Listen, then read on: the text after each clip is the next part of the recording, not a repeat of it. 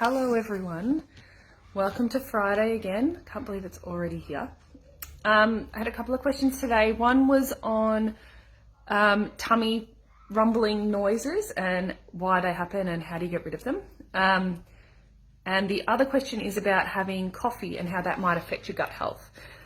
So a couple of interesting answers, I guess. I'll start with the tummy rumbling. So the question was around, why does my tummy make so many noises?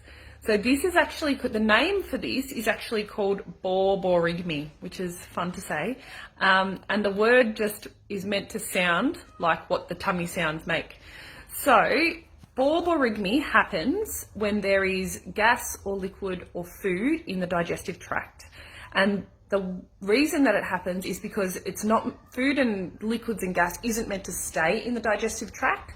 So the body's job is to move it along by the muscles that live there by what's called peristalsis, and it moves in like a wave motion. So your gut moves in a wave to push the liquids and the air and the gases and the food through the digestive tract. So the noises happen when those things are sitting in the digestive tract. So the reason that everybody gets these noises, that is completely normal, and the reason it happens is there's not much space. So there's not much space for the noise to get absorbed within your tummy. So if there's food and things in there, the noises that you're making internally are going to be easily heard because there's only like a thin stomach wall lining between you and what you can hear between the insides and your outsides. Sorry, I'm a bit uncomfortable holding this phone today. So the reason that some people get more can be, again, it's always multifaceted. The simple answer is if you're eating or drinking too quickly and you're gulping food down, then you can actually swallow some of that air down with you and you're creating more gases going down. And then that can get trapped and it's got to go somewhere. So if it goes into your intestines and it's getting moved through, then that air can make noises as it's moving around the liquids and the foods inside your intestines. If it happens on its own and there's no other underlying issues, so you don't have any diarrhea or recurrent constipation, nausea, bloating, that sort of thing, then it's fine. It's a normal bodily function and process. If it is happening a lot, and I mean a lot, I'm actually working with a person at the moment who has seen a gastroenterologist for this problem.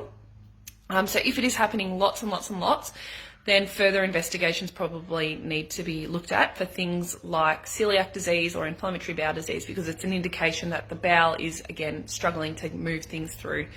And we really need to rule out celiac and inflammatory bowel conditions. Even I had someone this week with autoimmune gastritis, so removing those things as well, those potential issues, and rather than just putting it down to that's just my body, that's just what it does, because going undiagnosed can be quite detrimental to people. So the other things that can cause it are, like I said, celiac disease or inflammatory bowel disease. So if you know that you're sensitive to things, particularly lactose, it's not necessarily common that people are just, or normal, I should say, that people are just sensitive to lactose.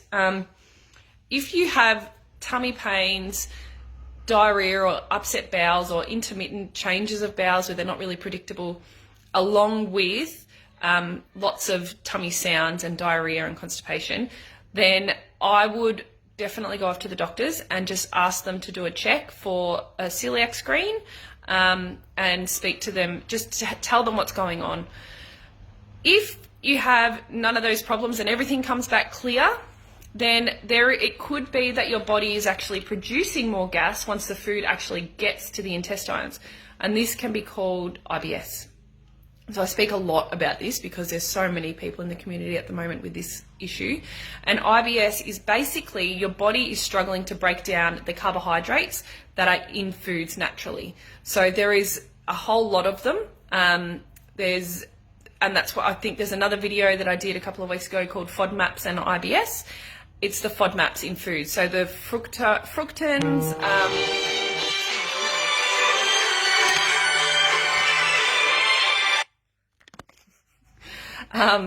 fructose, sorbitol, mannitol, one's called galacto-oligosaccharides, monosaccharides as well. And all they are is basically fancy words for carbohydrates and sugars. And what it means is when these foods make it all the way through the digestive tract, by the time they get there, the bacteria is struggling to break it down.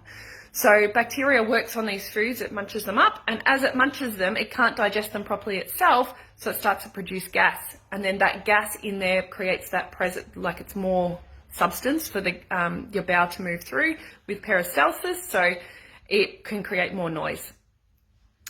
If you've had all these tests done and your tummy rumbling is still a big issue, reach out to me, book an appointment, and we'll chat about where to go next. I am actually in the process of creating a course on gut health, IBS, with the element of the mind and hypnotherapy as well. So yeah, reach out to me if this is a problem for you and you've had all of the other things ruled out. If you are not sure what to speak to the doctor about, also reach out and I can talk you through it as well. All right, so the next question, what were we up to? I have them written down, so I'm just going to check over here what else I was meant to talk about. Coffee. So now coffee has always been, I guess coffee gets a bad rap because it's associated with, being a little bit naughty or, I had too many coffees. But there is actually, we know that coffee can stimulate the gut, and always used to say, and from when I'd studied, it was always coffee's a gut irritant. And I guess it can be.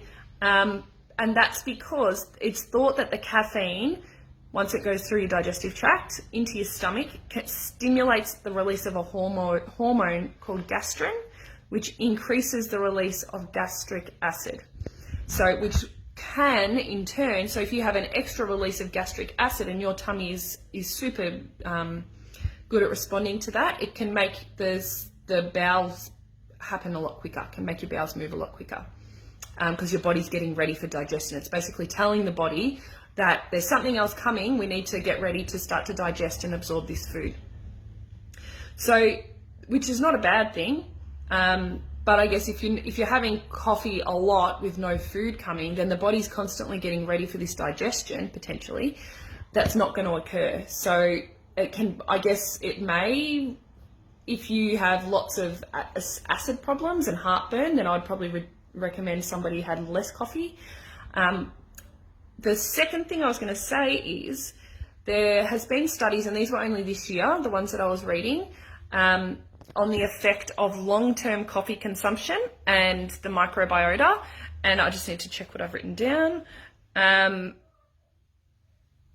lost that bit that I wrote down. I have to go off my memory. So long-term coffee consumption was associated with a rich microbiota. I don't know what that means, as in I don't know the context behind that.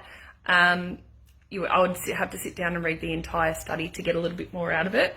But I guess the thinking is potentially changing around coffee and what it does for us, because there was also another study suggesting that if you're drinking 2 or more coffees a day, it can it can change your microbiome content, which is the gut bugs that live there. So I guess the research is starting to suggest that coffee does have a positive effect on gut health. However, it isn't really quantified yet, so we don't know how much and for who and all that sort of stuff. The other thing that I was going to say was that a lot of the research was done on the polyphenols that are found in coffee. So polyphenols are antioxidants, and they're very good for us. They're found in like the bright colors of skins of fruits and vegetables. I actually did my honors project on the polyphenols found in molasses. So often the polyphenols are the rich antioxidant source of plant-based foods that help enrich our bodies with antioxidants, mop up a lot of the what we call free radicals in the body, which are cancer causing, and they help the body to regenerate and heal. So is it from the coffee or is it from the polyphenols in the coffee, and how do we know how many polyphenols are in the coffee? Is it a blanket? Is all coffee got the same amount? And the answer is we don't know yet. This is still a really new area of research as well. When it comes to, I guess, I wouldn't start drinking more coffee based on this research.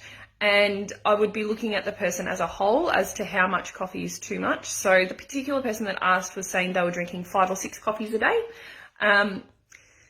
Look, depending on who it is and their situation, generally I'd say that's probably too many. I would definitely always tell people no caffeine after 2 p.m. because caffeine stops your body producing or slows down the production of melatonin. And melatonin is what helps us rest at nighttime. So it takes about, I think it's about, the half-life of caffeine is about 6 to 8 hours.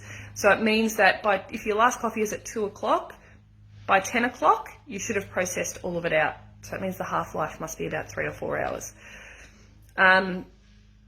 So there are people, as on the other flip side of that, there are people who are better caffeine metabolizers than others as well. So if you know that you metabolize caffeine quickly, then you can probably afford to have an extra coffee or a little bit later. But in saying that, if you know that you wake up feeling tired, you're not sleeping great, which is often the reason we need a coffee in the morning, have a look at where you're having your last coffee, because remember, not sleeping well and stress can also lead to having gut health problems as well, based on some of the other videos that we've done as well.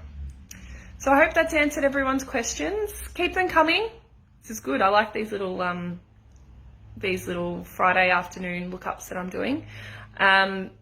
Keep them coming, and everyone have a great weekend. Stay safe and well, especially if you're in Melbourne with all the bugs going around at the moment.